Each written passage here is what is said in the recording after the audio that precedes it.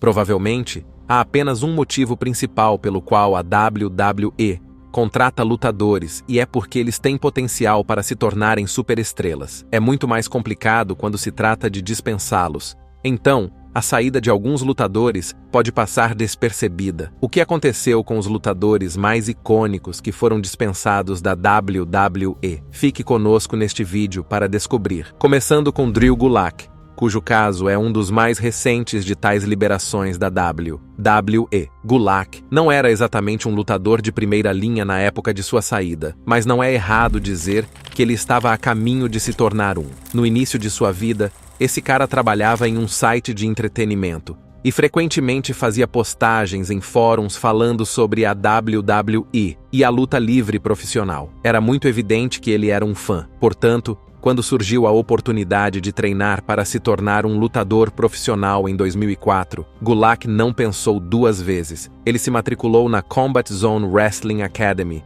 e na Chikara Wrestle Factory em 2004, fez sua estreia em 2005 e continuou trabalhando como lutador. Mas a realização de seu sonho de estar na WWE levou muito mais tempo do que ele esperava. Na década seguinte, Gulak trabalhou em várias promoções no circuito independente, inclusive na Beyond Wrestling, Dragon Gate USA, Evolve e Interspecies Wrestling. Em algum momento, ele chegou a trabalhar em uma promoção nas longínquas ilhas do Canal. É difícil explicar por que ele foi procurado pelos gerentes de talentos da WW e por tanto tempo, já que ele sempre deixou sua marca em qualquer promoção em que trabalhou. Durante seu tempo na CZW, por exemplo, Gulak se tornou campeão da Tríplice Coroa, enquanto ganhava o campeonato de equipes na Evolve e os campeonatos de parejas na Pro Wrestling Guerrilla. Finalmente, em 2016, surgiu a oportunidade de sua vida quando Gulak participou do torneio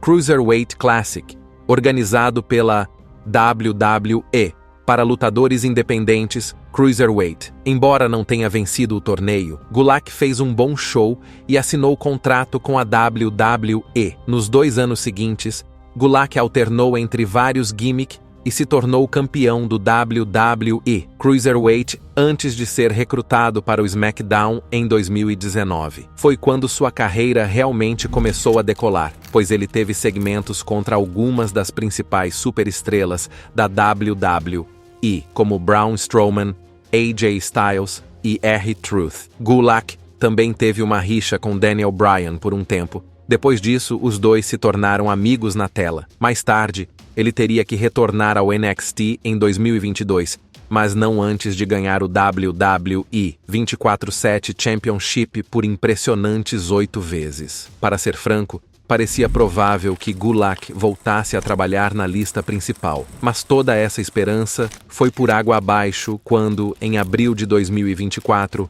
a ex-lutadora da WWE, Ronda Rousey, fez algumas alegações de assédio sexual contra ele. Para aqueles que não estão familiarizados com o nome, Ronda Rousey é uma lutadora de sucesso, atriz e ex-judoca e artista de artes marciais mistas. Essa senhora é medalhista olímpica de bronze, 3 vezes campeã mundial feminina na WWE e a 8ª campeã da Tríplice Coroa feminina, ex-lutadora de pay-per-view do UFC e atriz cuja filmografia inclui sucessos de bilheteria como The Expendables 3, Fast and Furious 7 e Mile 22. Todo o episódio com Gulak ocorreu em 2022, mas a notícia só veio à tona em abril de 2024, quando ela estava promovendo seu livro. Foi durante uma de suas entrevistas de promoção que Rousey declarou que um astro masculino da WWE uma vez agarrou o cordão de sua calça de moletom. Mais tarde, ela deu um nome a ele, e quando surgiu a notícia de que se tratava de Gulak, o ex-campeão dos pesos cruzados foi às mídias sociais e admitiu que, embora ele tenha tocado no cordão da calça, foi apenas um engano. Explicação estranha, certo? Bem, a WWE obviamente também pensou assim, e, assim que as alegações de Rousey vieram à tona, eles o retiraram completamente da programação da empresa e iniciaram uma investigação interna sobre o caso. Infelizmente para Gulak, essa investigação revelou que Gulak realmente teve outros incidentes terríveis nos bastidores com muitos lutadores. Ele era considerado um valentão pela maioria de seus colegas, o que deu ao escritório principal da empresa ainda mais motivos para cortar relações com ele. E finalmente, em 24 de abril, foi isso que aconteceu. A WWE anunciou que o período de 8 anos de Drew Gulak na empresa havia terminado e que ele havia sido dispensado imediatamente após o término de seu contrato. Os únicos relatos de Gulak trabalhando como lutador desde então foram sua participação na Wrestling Open Title Match no show American Hana da Beyond Wrestling, no início de julho de 2024. Embora as razões para a liberação de Gulak não pudessem ser mais evidentes, ainda não há explicação para o próximo cara a ser liberado da WWE, Dolph Ziggler. Se você não acompanhou a WWE no último ano, provavelmente não saberá que esse cara foi dispensado. E para que você não perca tempo, é quase impossível que alguém tenha previsto isso. Dolph Ziggler, ou, para chamá-lo pelo seu nome verdadeiro, Nicholas Theodore Nemeth, está na WWE desde que a maioria das pessoas consegue se lembrar. Isso faz sentido, considerando que ele começou a lutar desde muito cedo, e quando estava na faculdade, na Kent State University, já era um lutador amador vencedor de vários prêmios e recordes. Logo depois, em 2004, a WWE o contratou para um contrato de desenvolvimento na Ohio Valley Wrestling. Ele foi impressionante o suficiente para que, meses depois, fosse transferido para a marca Raw da WWE. No entanto, logo foi devolvido aos territórios de desenvolvimento, onde permaneceria sob o nome de Nick como membro do Spirit Squad, com tema de líder de torcida pelos próximos 2 anos. Quando finalmente teve outra chance de trabalhar na lista principal, Nemeth agarrou a oportunidade com unhas e dentes e se tornou um favorito instantâneo dos fãs. Grande parte do crédito por esse sucesso teve a ver com o fato de ele ter sido reempacotado na imagem de Dolph Ziggler, que era um narcisista egocêntrico. Sabemos que a imagem de um cara que arrogantemente se refere a si mesmo como perfeição e usa táticas sujas para vencer as lutas não parece ser a favorita dos fãs. O segredo de Dolph Ziggler, no entanto, era seu excelente conjunto de habilidades como lutador profissional. Em primeiro lugar, ele era extremamente atlético e habilidoso, preferindo manobras de finalização de voo alto a movimentos básicos característicos. Muitos compararam Ziggler com o lendário Curt Hennig, e a Sports Illustrated o descreveu como fenomenal no ringue, com a capacidade de conduzir uma partida divertida com praticamente qualquer pessoa da lista da WWE, antes de acrescentar que o trabalho de microfone de Nemeth é de alto nível, e há uma credibilidade genuína em seu trabalho. Em seu auge, esse cara tinha tudo. Ele vendia com maestria para seus oponentes. Era perfeito para representar qualquer era do gimmick Dolph Ziggler que ele tivesse que representar, e era um showman tão grande que os fãs o apelidaram de The Show Stealer e The Show Off. Por ser tão versátil, provavelmente não é surpresa o sucesso que Ziggler teve como titular na WWE, onde se tornou 2 vezes campeão mundial de pesos pesados, 6 vezes campeão intercontinental, 1 vez campeão dos Estados Unidos, 1 vez campeão do Raw Tag Team Championship com Drew McIntyre e Robert Roode, e 1 vez campeão mundial de Tag Team com Johnny, Kenny, Mikey e Mitch. Ziggler também venceu a partida Money in the Bank de 2012 e é o 22º campeão da Tríplice Coroa na história da WWE, sem querer ofuscar ninguém, mas muitos foram incluídos no Hall of Fame com registros muito menos impressionantes. Imagine a surpresa quando, em setembro de 2023, foi divulgada a notícia de que ele havia sido dispensado da WWE. Nos meses anteriores a esse anúncio, Dolph havia competido em uma Battle Royale para determinar o candidato número 1 ao campeonato intercontinental no Night of Champions e lutou contra J.D. McDonough, e então tudo ficou em silêncio. Em seguida, ele foi dispensado e sua cláusula de não concorrência com a WWE expirou poucos meses depois. Na época, nenhuma explicação viável foi dada para o fim abrupto do período de 19 anos de Nick Nemeth na maior promoção do mundo. Houve especulações de que sua saída tinha algo a ver com a fusão da WWE com a TKO e com os escândalos de agressão sexual em que estavam envolvidos alguns dos principais administradores da empresa. Uma série de outros lutadores foram dispensados na mesma época, como Mustafa Ali, Rick Boogs, Aliyah, Top Dollar da Hit Row e Tegan Knox. Mas nenhum dos outros lutadores liberados havia trabalhado na empresa por tanto tempo ou teve metade do sucesso que Nemeth teve. Nenhuma explicação foi dada até recentemente, em junho de 2024, quando Ziggler revelou que, na verdade, ele havia pedido para ser dispensado da empresa para poder trabalhar na New Japan Pro Wrestling. O quê? Por que alguém tentaria deixar a maior promoção de luta livre do mundo se ainda tivesse planos de estar no ringue em tempo integral? Bem, em primeiro lugar, a WWE subutilizou Ziggler durante a maior parte de sua carreira. Isso era muito óbvio para quem o assistiu em seu auge, já que eles o colocavam repetidamente em combates contra lutadores de nível baixo ou médio. O próprio Ziggler deu a entender isso quando falou sobre o e-mail de 20 páginas que enviou a Vince McMahon, dizendo: "Este é o melhor emprego do mundo." E então eu joguei um pouco de roupa suja sobre como eu estava bravo apenas nos últimos parágrafos, mas o resto foi muito, muito positivo. Nemeth, como profissional que é, manteve sua postura de não difamar seus antigos empregadores aos olhos do público. No entanto, ele também mencionou que estava interessado em se juntar à NJPW, porque ouviu coisas boas sobre a atmosfera do vestiário de Jon Moxley. Não sei o que você acha, mas parece que o vestiário da WWE tem muito trabalho a fazer. De qualquer forma, é bom saber que um ícone da indústria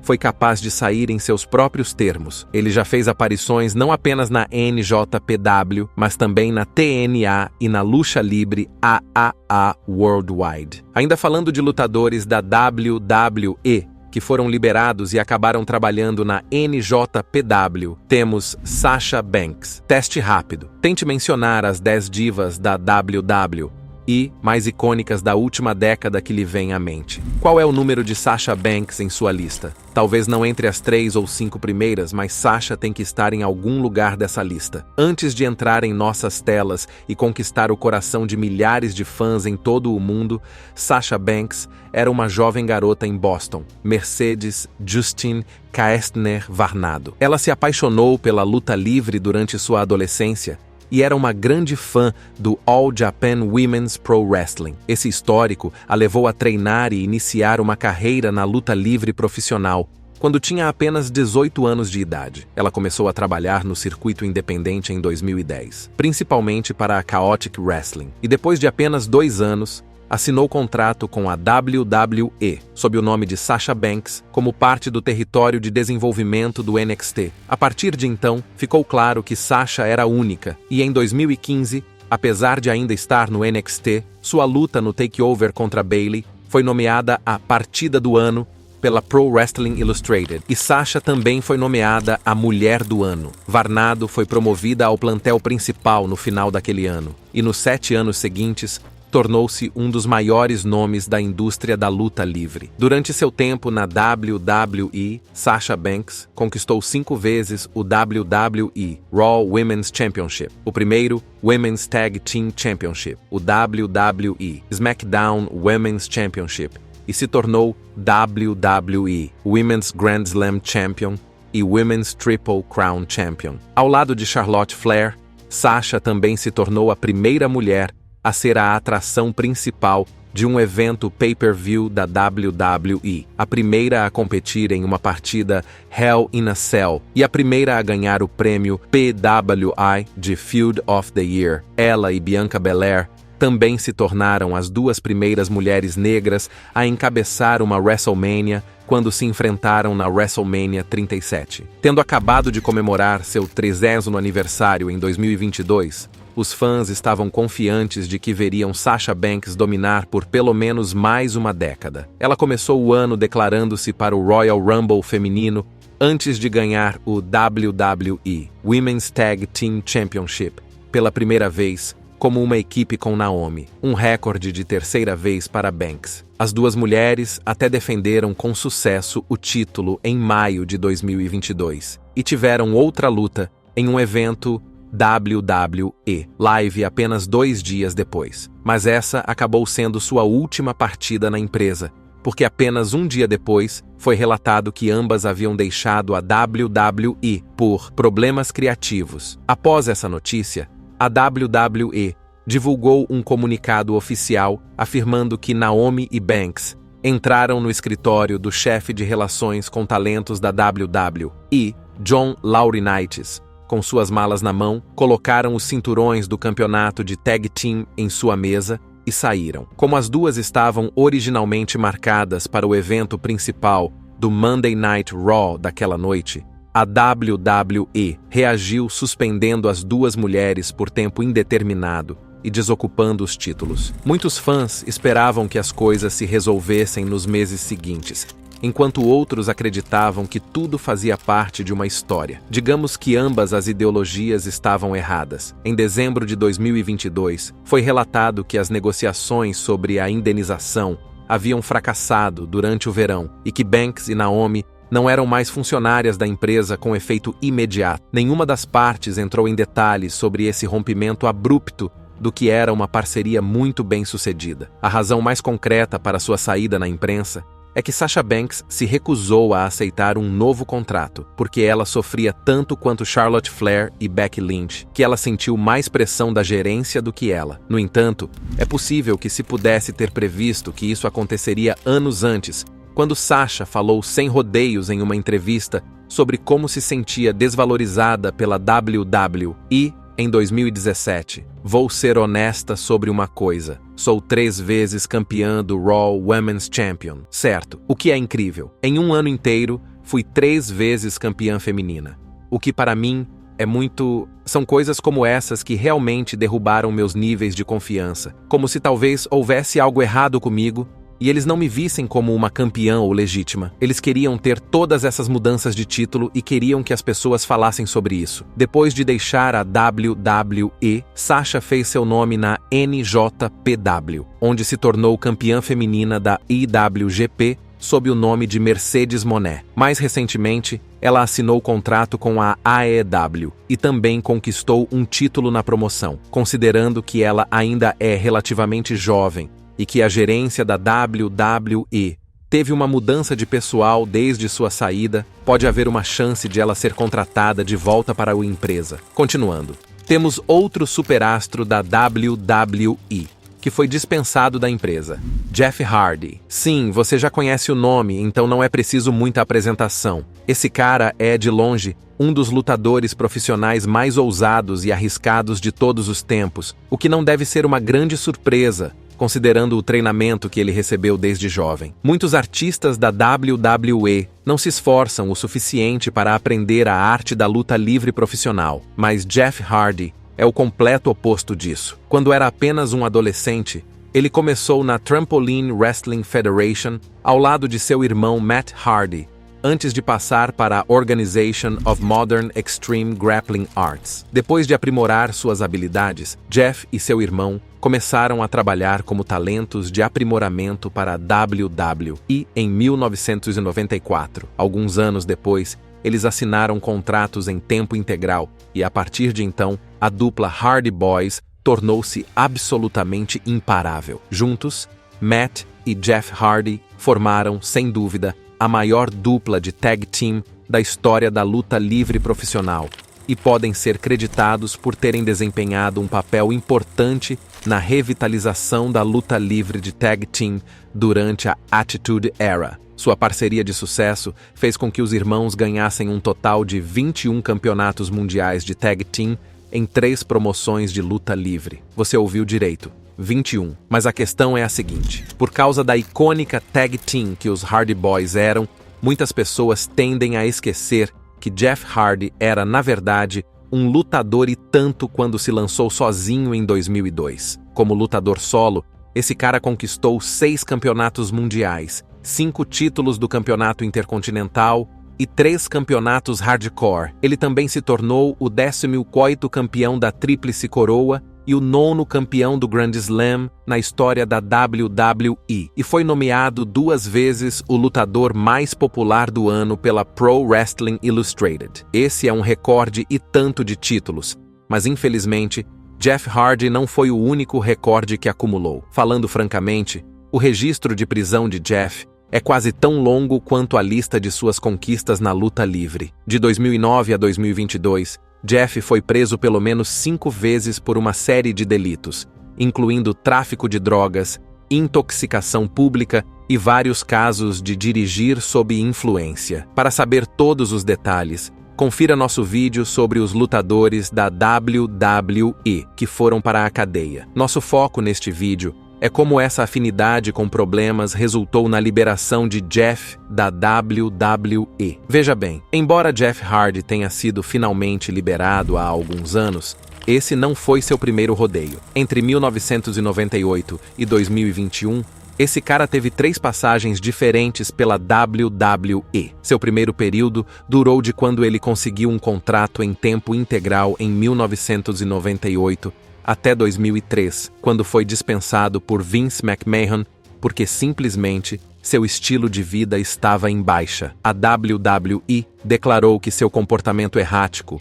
o uso de drogas, a recusa em ir para a reabilitação e a deterioração de seu desempenho nos ringues foram alguns dos motivos de sua dispensa na época, embora o próprio Hardy tenha se desculpado por precisar de um tempo para se livrar da pressão de ser um lutador profissional. Depois, em 2006, ele foi contratado novamente e teve alguns anos de sucesso antes que lesões no pescoço e na região lombar fizessem com que a WWE se recusasse a lhe oferecer uma extensão de contrato em 2009. Sua última e mais recente passagem pela empresa começou quando ele fez um retorno surpresa em 2017, juntando-se novamente a seu irmão Matt e trazendo de volta os Hardy Boys às nossas telas. Jeff Hardy teve alguns momentos épicos durante esse período, incluindo muitas lutas icônicas contra nomes como Seth Rollins e Sheamus, e seu reinado no United States Championship. A nostalgia de todo esse ângulo foi suficiente para fazer de Jeff um favorito dos fãs quase que imediatamente. No entanto,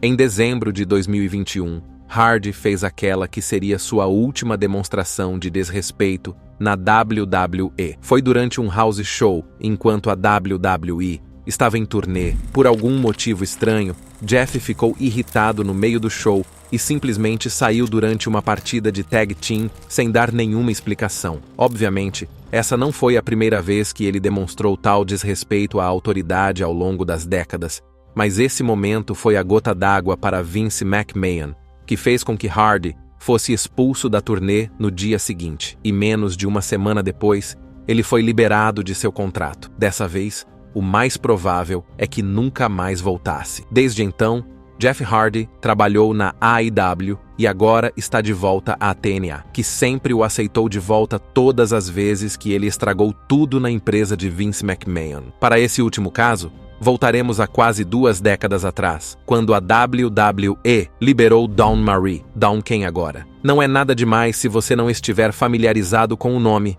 Afinal, ela trabalhou na empresa pela última vez em 2005. A verdadeira razão pela qual temos que mencioná-la é que as liberações da WWE nunca foram tão controversas quanto no caso dela. Para ser franco com você, Dawn Marie nunca foi a mais popular, nunca teve o melhor jogo de microfone e definitivamente não era a mais habilidosa no ringue. Mas, em 2001, quando ela foi contratada por Vince McMahon, a maioria dessas qualidades não era levada em conta no recrutamento de divas. O que importava era a aparência. E caramba, Dawn Marie estava no topo dessa lista. Ao lado de nomes como Tori Wilson, Nidia e Sable, Dawn esteve na vanguarda de alguns dos dias mais picantes da WWE, desde os concursos de biquíni até as saídas sensuais com temas festivos e os segmentos extremamente sexualizados.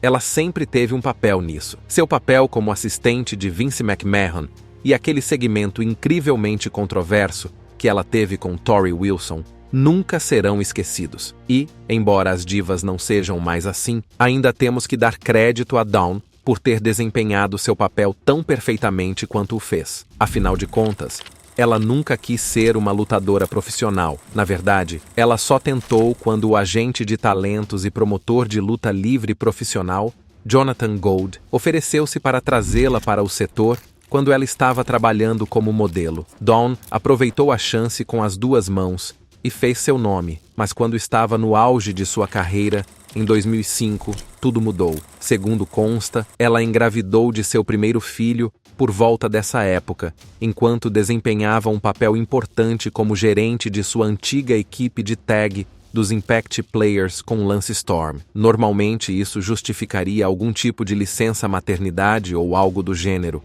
mas não na WWE dos anos 2000. Em vez disso, a empresa a deixou de lado, limitando seu tempo de TV sem qualquer explicação do motivo. E logo depois foi anunciado que ela havia sido dispensada da empresa. Dawn Marie não era apenas a favorita dos fãs, mas também tinha muitos bons amigos entre seus colegas na WWE. Mas ninguém podia fazer nada para mudar a decisão de McMahon. A WWE tinha acabado de dissolver a WCW e a ECW em seu portfólio. Então, os negócios estavam crescendo, e algum gênio da empresa deve ter achado que mostrar um símbolo sexual como Dawn grávida não seria bom para os números. Então, eles a dispensaram sem motivo. Mais tarde, Marie levaria o caso ao tribunal, apresentando uma queixa à Equal Employment Opportunity Commission, Comissão de Oportunidades Iguais de Emprego, sobre sua demissão injusta, com razão. O processo resultou em um acordo entre a WWE e Marie por um valor não revelado, pois McMahon garantiu que a notícia de que sua empresa era tão cruel nunca fosse divulgada. Ao contrário dos outros da lista, Dawn Marie nunca mais voltou aos ringues depois de ser dispensada. Em vez disso, ela passou a obter os requisitos médicos necessários para se tornar enfermeira em sua cidade natal, Nova Jersey, onde reside até hoje. Qual desses lutadores você sente falta de ver no ringue? Deixe-nos saber sua opinião na seção de comentários e antes de ir embora, não se esqueça de curtir este vídeo e se inscrever no Ring Rivals para não perder os próximos.